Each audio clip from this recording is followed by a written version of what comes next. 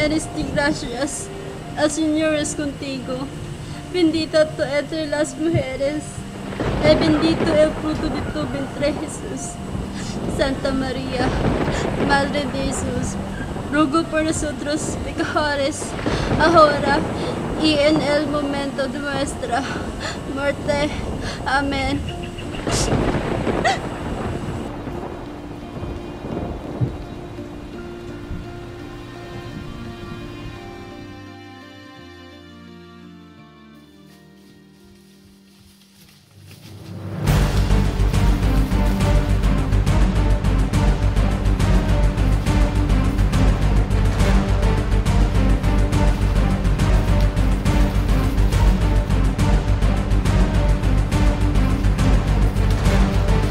Huwag mo ng strap ito, hapulin, dalawang yun!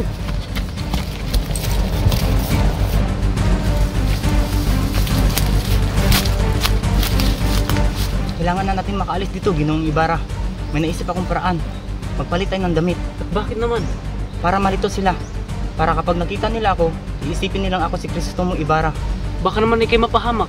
Wala na tayong maisip na paraan. Nauubos ng ating oras.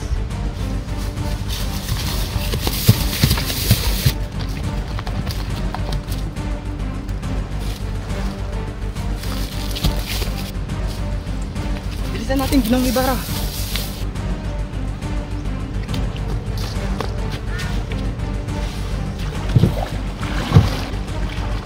Magtago ka rito, Ginoo. Kahit anong mangyari, huwag kang lalabas.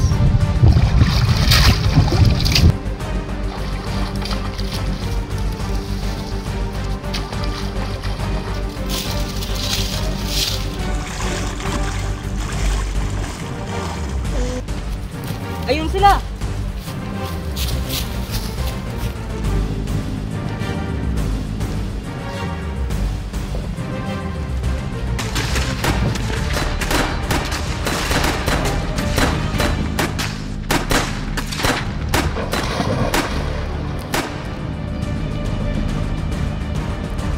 Akala mo siguro hindi kami sintado, Ginoong Ibarra?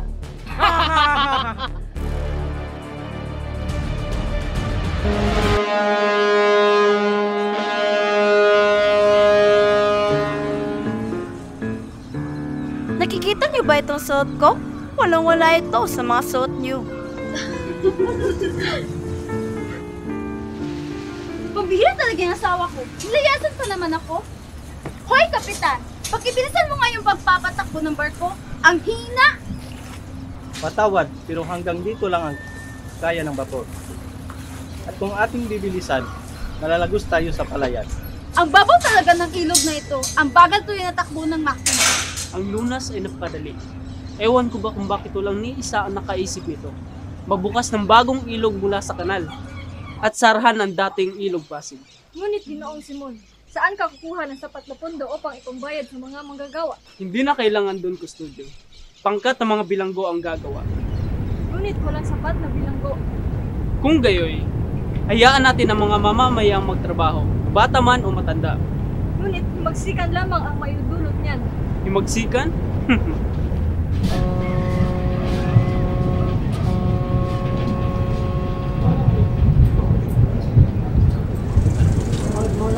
Basilio, kamusta na si Kapitan Tiago? Mabuti man po ang kanyang kalagayan. Mabuti naman. Tungkol naman sa wikang Kastila, natitiyak kung hindi ninyo iyan may sasakatuparan. Nagkakamali po kayo. Kung hindi po sa ngayon, ay bukas na namin matatanggap ang pahintulot.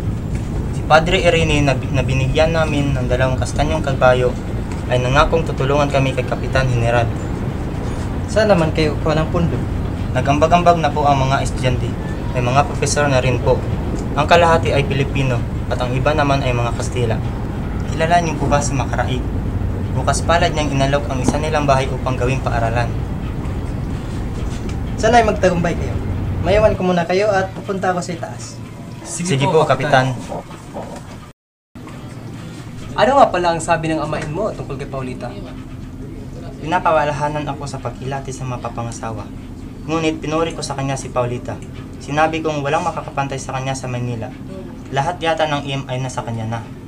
Oo nga, mayaman at maganda pa. Kaya lang, Ano? ano ka ba isagali? Ang nais ko lang sabihin ay, Kaya lang, parati niyang kasama ang kanyang tiyahing napakasungit. Tila ba kayo nagkakasiyan mga Ginoo? Nga pala, kumusta Basilio? Ikaw ba'y pauwi na at magbabakasyon? Ganaon na nga po, Ginoong Simon. At sino naman iyong kasama? Kababayan mo ba siya? Hindi po, Ginoo. Ngunit magkalapit lamang ang aming bayan. Bakit, Ginoo? Hindi ka pa po ba nakarating sa bayan nila? Sadyang hindi ako nagtungo sa mga lalawigan dahil ang mga tao do'y hindi naman bumibili ng mga alahas. Sa palagay ko'y mahirap ang mga tao doon. Sadyang hindi lang kami bumibili ng mga gamit na hindi naman namin kailangan. Huwag kang magalit, Ginoo. Halina't uminom lang tayo ng serbesa sa taas. Maraming salamat, ngunit hindi kami umiinom. Ipagpaumanhin niyo, Ginoo. Ngunit kami mauna na. Ang tiyuhin ng aking kasama ay naghintay sa amin sa dakong likuran.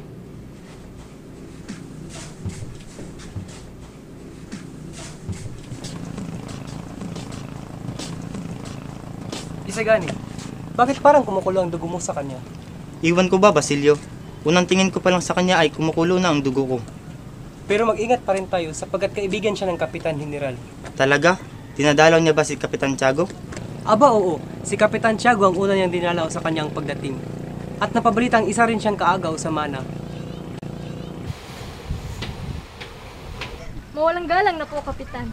Ngunit nalalaman niyo ba kung saan banda ng lawan namatay ang isang ginoong nangangalang Ibarra? Ibarra o Ibarra? Ibarra?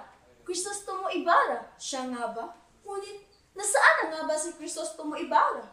Ayon sa mga tumugis kay Ibarra, Ayun sila!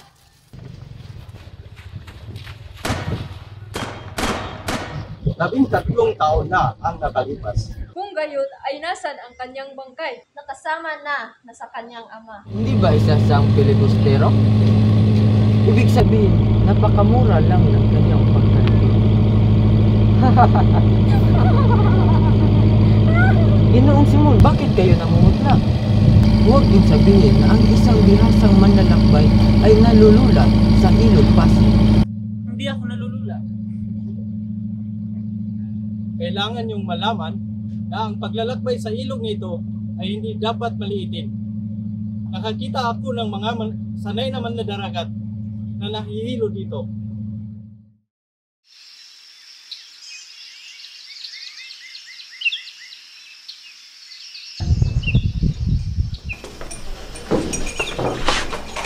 Magandang hapon po, Itay. Ama, may dumating na bang sulat galing kay Basilio? Oo. Salamat, Ama. Nga pala, Ama, ano kayang pakiramdam makapag-aral sa Maynila, no, katulad ni Basilio? Huwag kang mag-alala, anak. Isang taon makakapag-aral ka rin roon at makapagbihis katulad ng mga babae doon. Talaga, Ama? Salamat. Sige, babasahin ko muna tong sulat.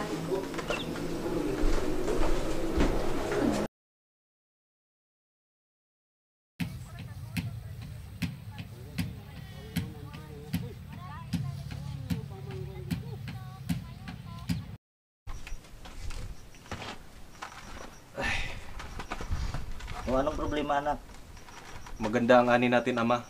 Ngunit, Maganda naman pala, kahit anong iyong pinag-alala. nagpatong na naman sila ng buwis sa ating lupain.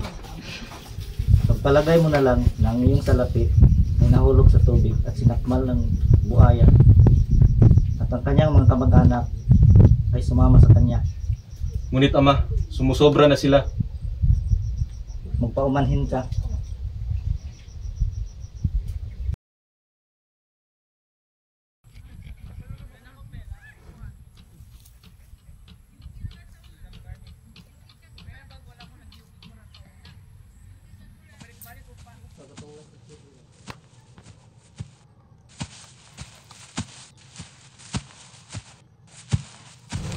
Ano kailangan mo?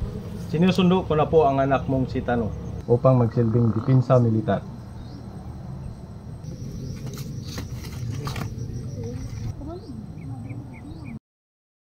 Alam ko namang tanging si Julio lamang ang mahalaga sa bahay na ito.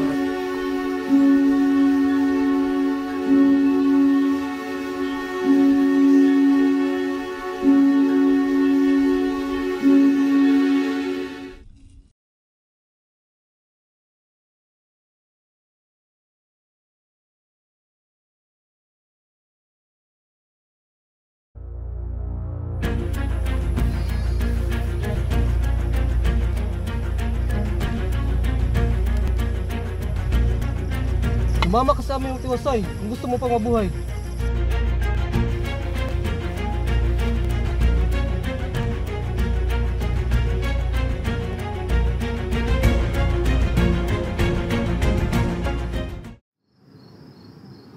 Kailangan mo ba talagang magpag-alila kay Hermana Pensang? Wala na pong ibang paraan kung lumusot sa butas ng karayom ay gagawin ko kung iyon lamang ang tanging paraan upang mailigtas si Ama sa kamay ng mga tulisan. Pero may iba pa sigurong paraan. Naisanla ko na rin po ang lahat ng aking mga alahas. Pwera na lang sa agnos na ibinigay sa akin ni Basilio. Ngunit kulang pa rin po. Wala nang ibang paraan kundi ito. Huwag na po kayong umiyak, Ingkong. Matulog na po kayo, gabi na.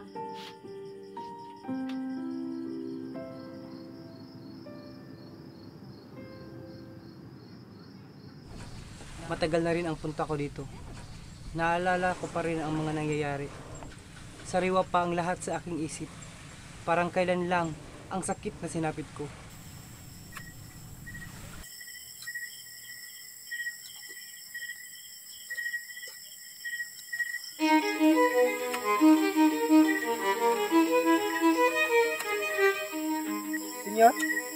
Senyor Simon, may tulong ba ako sa inyo? Huwag kang lumapit kung ayaw mong mamatay. Ginoo, nagkita na po tayo dito 13 taon na nakakaraan. Sino ako sa palagay mo?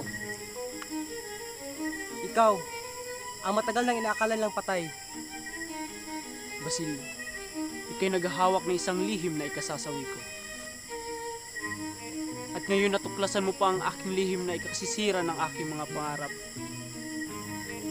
At kamatayan lang ang sagot dyan. Pero Ginoo, ligtas po ang iyong lihim. Hindi ko maaaring pagsisisihan na ikay di ko patayin. Kagaya ko ay may dapat kang ipakipagtuos sa lipunan. Ikaw at ako ay uhaw sa karunungan. Dapat lang tayong magtulungan. Karangalan kong ikay matulungan, ngunit ayaw ko makialam sa politika. Naniniwala pa rin akong karunungan ang magliligtas sa bayan. Mali ka, makakamit lamang ang kalayaan sa pamamagitan ng lakas. Kung gano'n magkaiba pala tayo ng paniniwala. Ikinagalang ko yung desisyon. Ngunit kung magbago man ang iyong isip, ay bukas pa rin ang aking tahanan.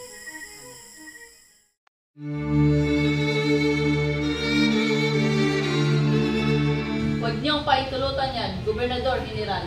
Ang namumuno sa kanila ay isang binatang radikal ang pananalig at isa sa mga iyon ay estudyante ni Father Fernandez. Si Isagani isang mabuting estudyante. Sa tingin ko, dapat pagbigyan ang mga estudyante. Ano sa palagay mo, Simon? Alalahanin niyo, General, na ang wika ay isang makapangyarihang sandata. Pobres de estudyante.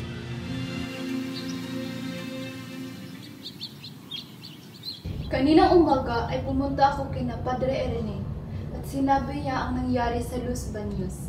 Ang lahat daw ay totoo, ngunit hinayaan na lang ng kataas-taasang grupo ng paaralang primarya ang magdidesisyon. Ngunit hindi naman kumikilos ang lupong iyan. Yan din ang sinabi ko kay Padre Irene. Sabi niya si Don Custodio ay isang kasangkuning lupon ang magdidesisyon. Kung hindi sang-ayon si Don Custodio. Sinabi ko rin yan kay Padre Irene at sinagot niya ako na malayo na raw ang ating narating. Nagawa na ang ating kahilingan na maiumang ang isang kapasyahan. Kung makukuha natin si Don Custodio ay makakamit natin ang ating tagumpay. Sa papaanong paraan? Dalawang paraan ang sinabi sa akin ni Padre Irene. Ang in-check na si Kerougac. Ang mananayan na si Pepay? May isang paraan pa. Maaari tayong lumapit kay Ginoong Pasta. Ang abogadong hinihinga ng payo na si Don Custodio? Oo, siya nga. Siya ay kamag-aral ng aking amain. Ang problema lang kung paano natin siya lalapitan upang pakiusapan si Don Custodio na paboran tayo. Hindi ba't si Ginoong Pasta ang may kalagayong isang mananahi? Wala na bang ibang paraan bukod sa paghandog sa kanilang mga kalaguyo? Huwag kang nang maarte. Isipin mo na lang ang magagawang kaginhawaan mo. Kilala ko ang babae, si Matea. Huwag mga Ginoo. Gumamit tayo ng mabuting paraan. Ako ang kakausap ng Ginoong Pasta. Kung ako'y hindi magtatagumpay, tsaka natin gawin ang ibang paraan.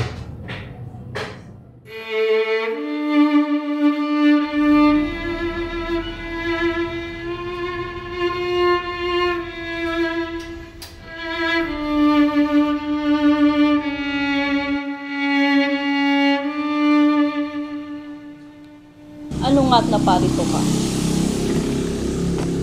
Halina't ikay maupo. Kamusta ang iyong amain?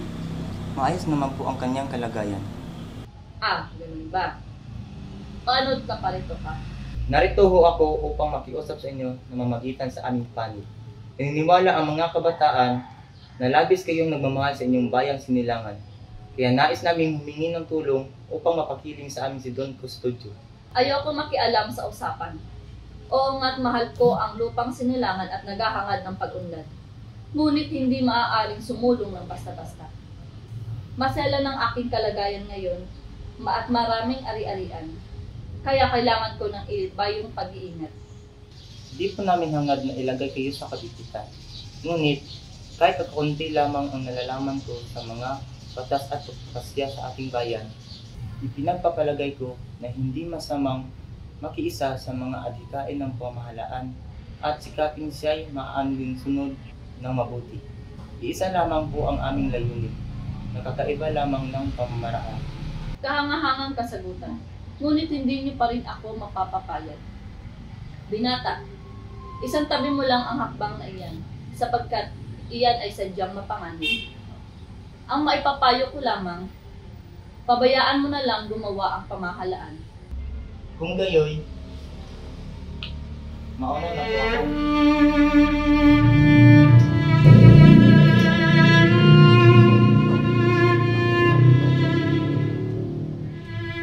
Kaawa-awang binata.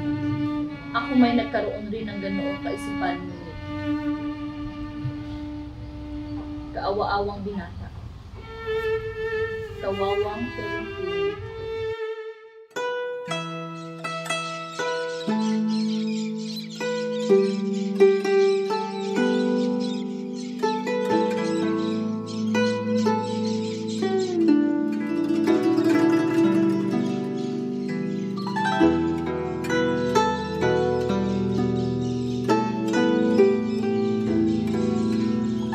Kumusta kayo? Nasaan ang ₱9,000 na iyong inutang? Wala na akong pera. Empleyado, opisyal, inintis, unalo, lahat silang utang akin pero wala bayad. Hindi ko alam kung paano bayad utang. Tulong kaki, kilo ka. Ngayon ko pa naman kailangan sa lapid. Alam mo naman magkaibigan tayo, pero kung gusto mo gawin na lang natin 7,000 ang iyong inutang. Kayo na kapagpapasok ng adwana sa lahat ng iyong naisip. Mga kahon ng lampara, bakal, porselana at baril para sa mga kore. Ano, payag ka ba? Sige, basta kikita, pera. Pero delikado, kontrabando, baka huli tayo sundalo. Huwag kang mainit. Ngayong gabi ay darating ng ilang kahong baril. Tulungan mo akong itago ito sa inyong kulay. Takot si Kiluga. Meron ako balik, pero paghawak ko. Pikit ko mata. Kung ayaw mo ay madali naman akong kausap. Pero magbayad ka na hindi ng iyong utang. Sige, ako hindi na takot. Tulong na ako kay Ibigan. Ikaw, ingat ka. Huwag mo damay. Kiluga ha. Huwag kang mag-alala. Sagot ka.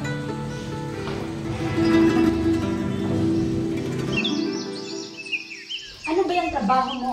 Kay bagal-bagal. O ano't narito ka pa, Basilio? Sige na po, Hermana Pensyang. Hayaan niya pa akong kunin si Huli. Hindi pa ba sapat ang pagpapalila niya sa inyo?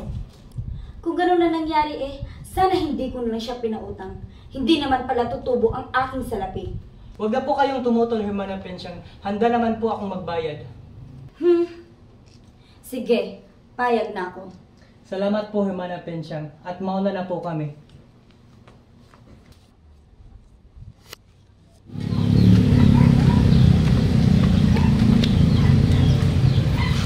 Salamat, Basilio. Bakit lang kitang masaya, ay masaya na rin ako. Ngunit, hindi ko pa rin alam kung saan kami titira. Teka, ba't ka napangiti? Tara, may papakita ko sa iyo.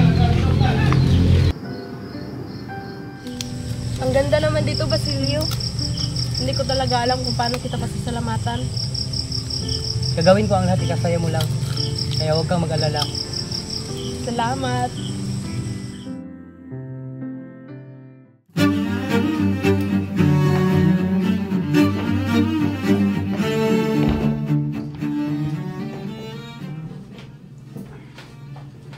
Kamusta na si Kapitan Tiago?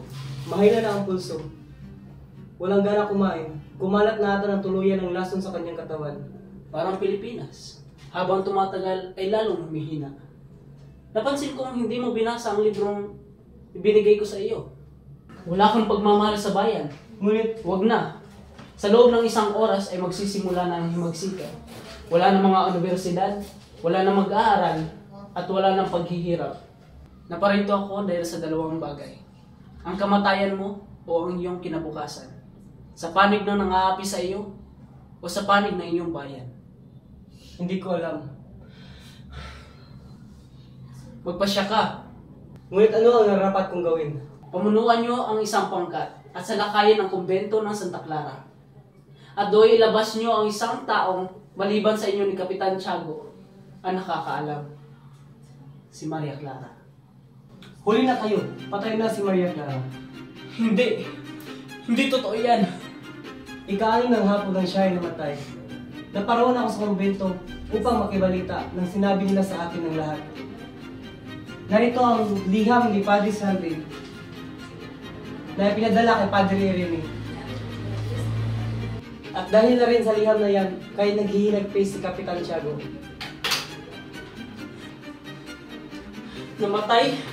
Namatay na hindi man lang kami nagkita muli. Namatay na hindi man lang niya nalaman na nabuhay ako para sa kanya. Namatay na nagtitiis.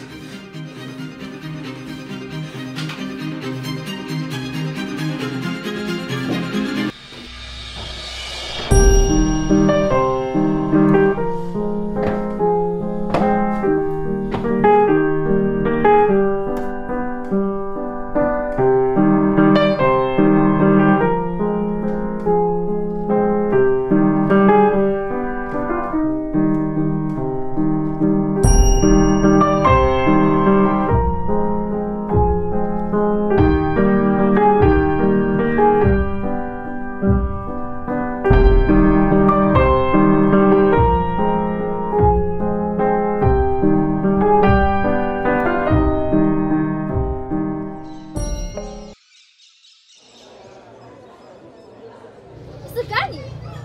Ano na ang balita sa ipinapahanap ko sa iyo, Sagani? Wala po kong nakapagbalita sa akin tungkol sa inyong asawa. Ipaalam mo lamang sa kanya na ipinapahanap ko siya sa mga gwardiya sibil. Buhay man o patay, ay kailangan ko siyang makita sapagkat kailangan maghintay ng 10 taon ang isang tao upang may kasal muli. Sino naman po ang maswerteng Ginoo? Malas ka. Sino pa? E di si Juanito?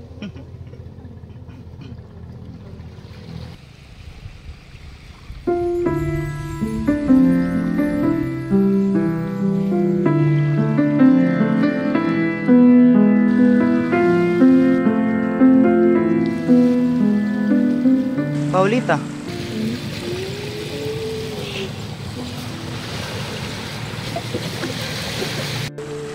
Oh, bakit narito ka? Bakit di mo sundan sa luneta mga nakahalilang manay at mga anta? Mga prinsesang sobra sa puti at sobra rin sa ganda. Tika, hindi ba ikaw ang nagpatawag upang tayo ay magkita? Oo, ako. Mabuti nampot na nakating kayo. Kagabi parang hindi man lang ninyo ako nakita. Tingin po ako ng tingin sa inyo pero parang lumuluwan ang mata ninyo sa kakasunod sa imbayo ng mga katawan ng mga manayaw na pagbut-kembot sa tanghalan. Huwag mong ipasa sa akin ang sisi. At saka, wala akong nalalaman sa sinasabi mo tungkol sa mga mananayaw na iyan. Ganon? Kasalanan ko pa ngayon? Paulita, alam mo naman sa iyo lamang ang aking mga mata.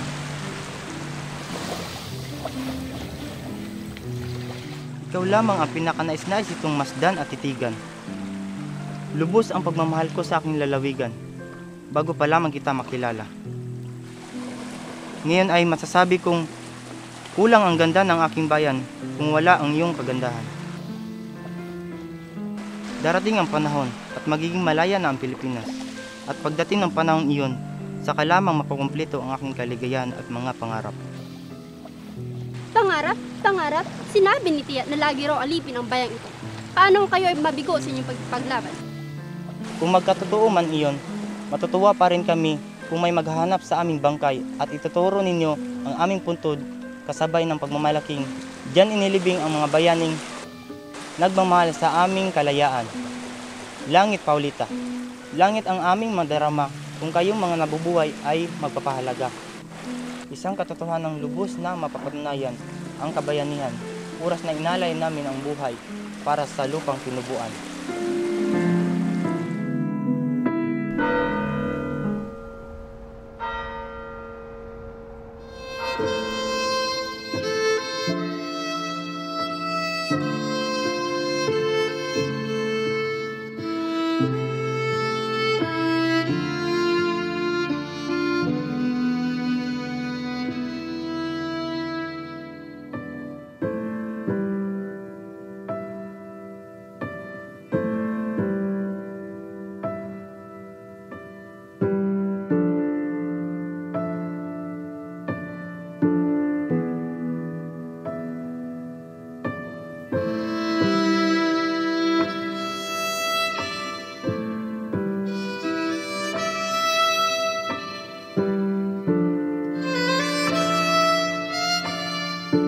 Pasensya ka na, Isagani.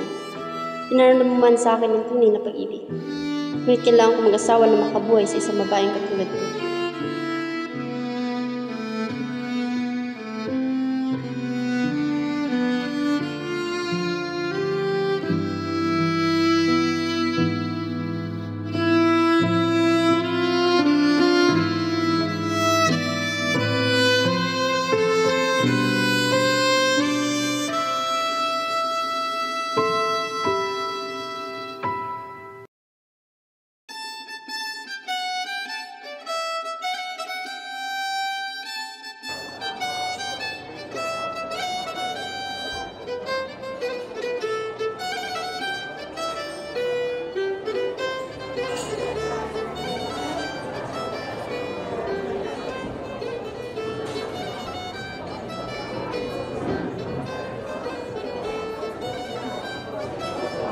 Ang dami palang mamamatay sa pagsabog na magaganap.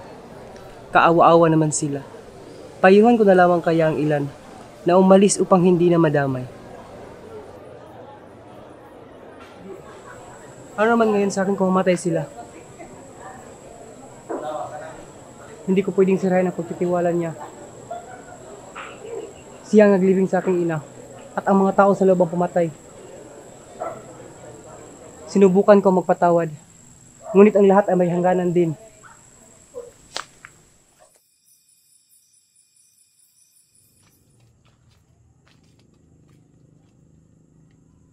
Tila hindi na mapapigil si Ginoong Simon.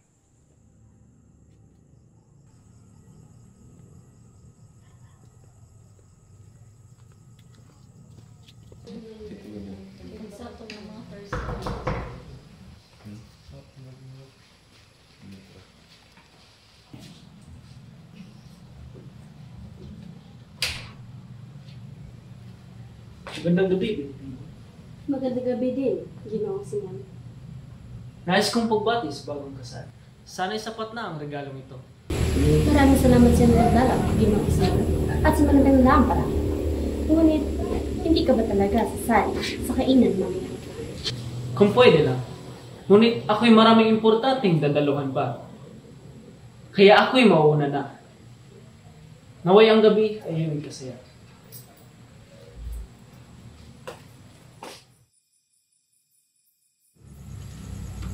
Papasukin niyo ako. Kailangan ko sila iligtas. Di ka maaaring pumasok dito. Tingnan mo ang iyong suot.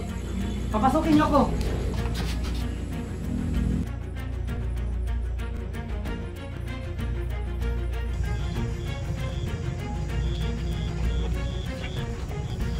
Isagani, ano't narito ka pa? Ikaw, anong ginagawa mo dito? Tara, umalis na tayo dito. Bakit ka aalis? Puntahan natin siya. Iba na sa bukas. Ibig ko siya makita. Gusto mo bang mamatay?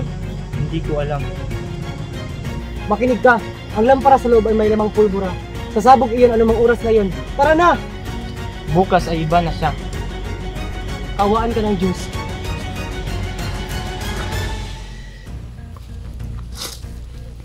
Tayo na sa eskolta. Madali!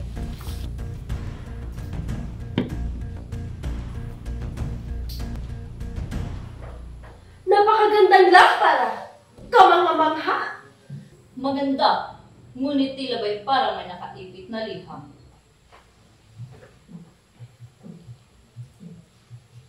Manitizelle Bares, Crisostomo Ibarra. Isang biro lang yan. Hindi magandang biro. Isang pagbabanta mula sa taong matagal nang namayapa. Si Ibarra, siya ang nagsulat nito. Sulat kamay na ito. Imposible! Ituloy ang kasiyahan. Walang dapat ipangamba. Walang pinta ang ganyang biro. Hindi kaya nais na tayo patayin lahat? Padre Rene, pakitaas na lamang ang mitsa. Ano nangyari? Ano nangyari? Nakaw! Huli na! Nakaw! Huli ka! Kapilisan!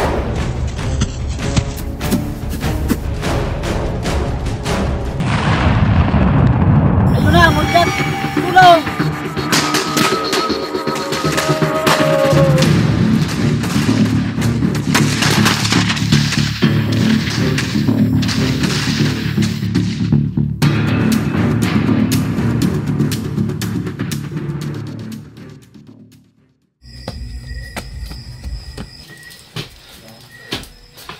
Padre, Padre.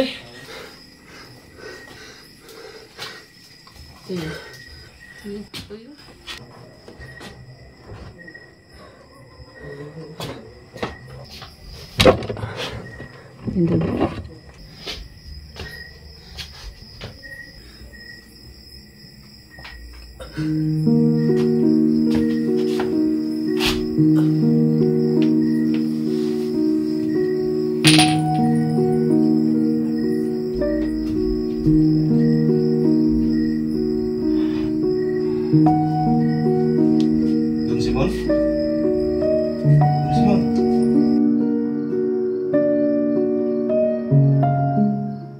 Matitiis niyo ba ang paghihirap, Senyor Simon? Matitiis ko pa, Padre. Mawawala rin ang lahat pagkaraan ng ilang sandali. Anumang oras ay tatalab na ang lason sa aking katawan. Alam kong hindi na magtatagal at darating na ang walang hanggang kapayapaan. Diyos ko, napatalikod lang ako sandali. Wala nang laman ang bote. Wala nang lunas. Bago mag-alas 8 ay dadakpin ako rito, buhay man o patay. Pero hindi ako makakapayag na kunin lang ang buhay.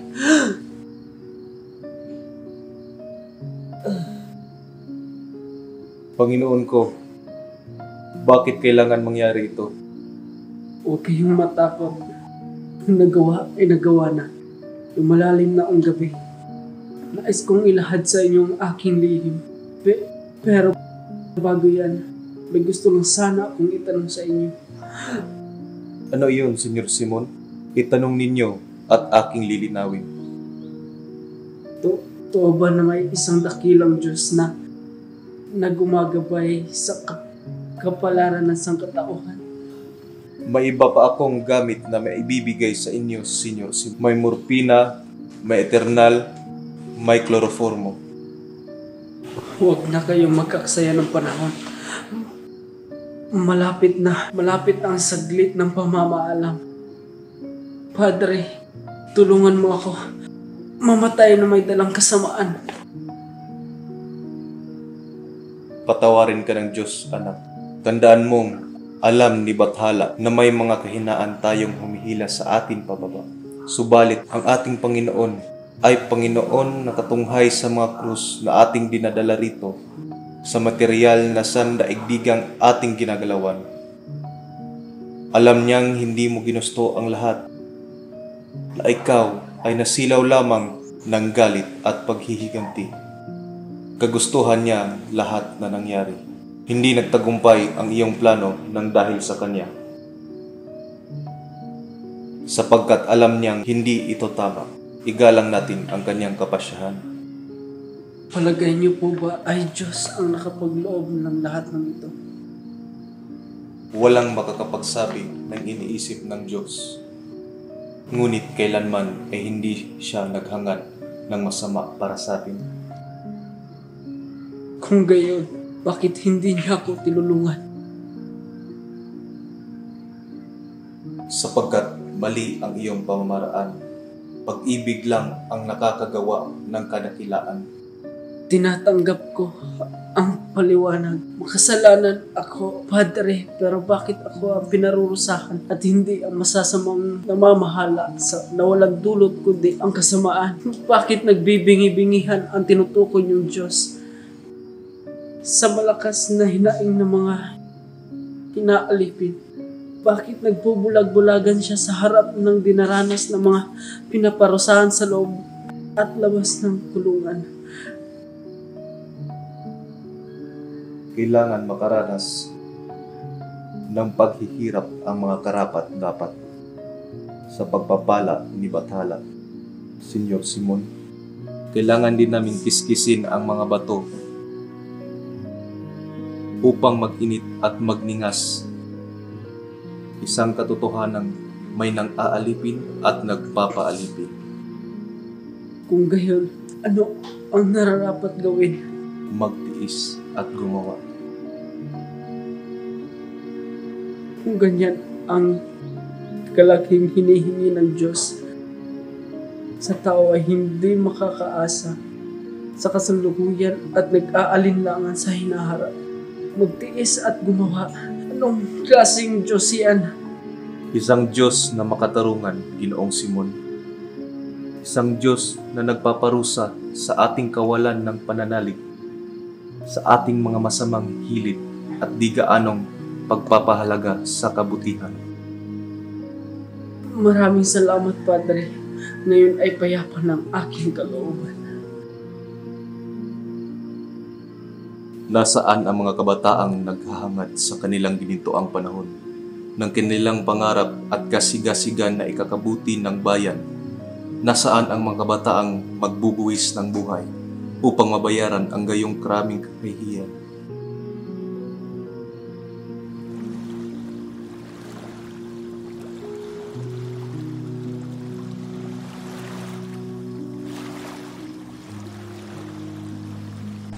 Malibing ka nawa sa kailaliman ng dagat, ngunit kung kakailanganin ka ng tao para sa isang marangal na hangarin, ipahintulot ng Diyos na matuklasan ka sa sinapupunan ng alip.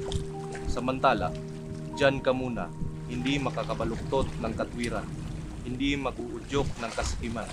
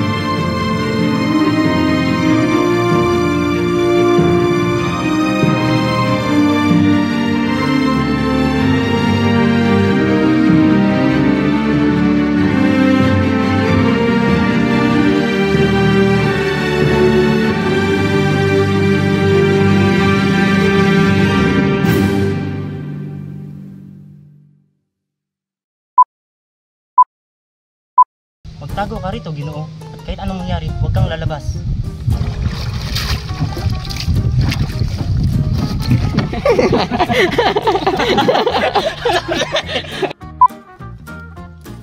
Babalos na pito! Habulin galong yun!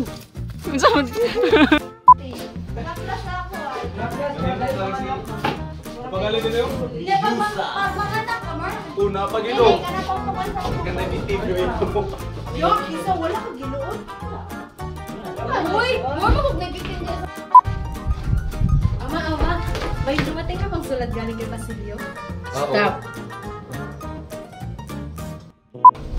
Oo. Salamat, Ama. Nga pala, ano kayo pakiramdam makapag-aral sa Maynila katulad ni Basilio Manok? Huwag kang mag-alala, anak. Isang taon. Steam ka tao! Ayan, mabis eh! Mabis kayo! Siyempre, happy ba ako? Hindi, seryoso naman kay. Ano kayang pakiramdam? Seryoso naman ko na! Ang mga marites, oh!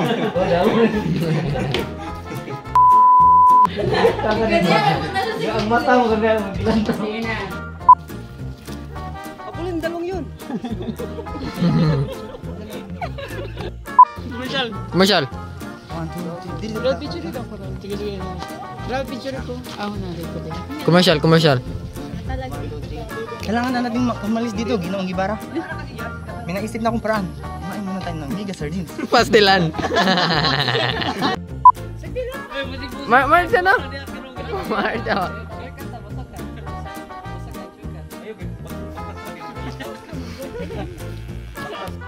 Ako sige muna. Meron ako maler. Takot sige muna. Meron ako balil pero pakawak ko. Tikit ko mata.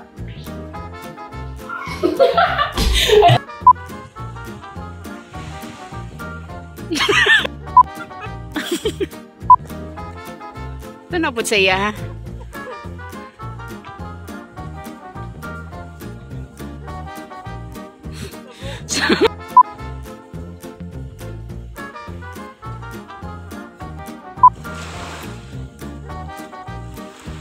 Pas-pas ang...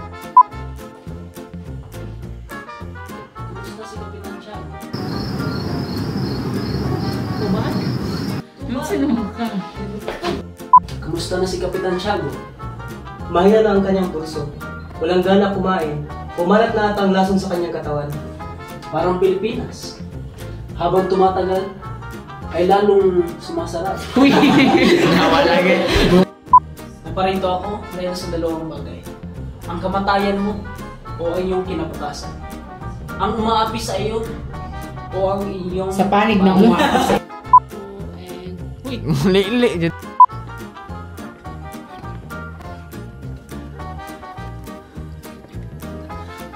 Na kasi makitid. Kumusta, Senyor Basilio? Ikaw ba'y pauwi na at maglalakbay? Ganun na nga po, Ginoong Simon. At sino? Pauwi na, maglalakbay pa. Ikaw ba ay pauwi na at magbabakasyon? Magbabakasyon. Sa mga anak. Makinig ka. Ay, karami. Gorded! Katawa po niya.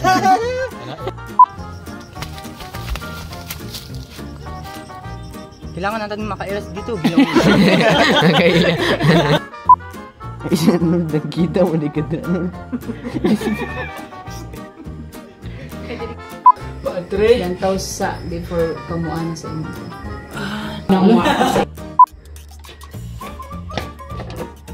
Pakita niyo naman. Ano na ba?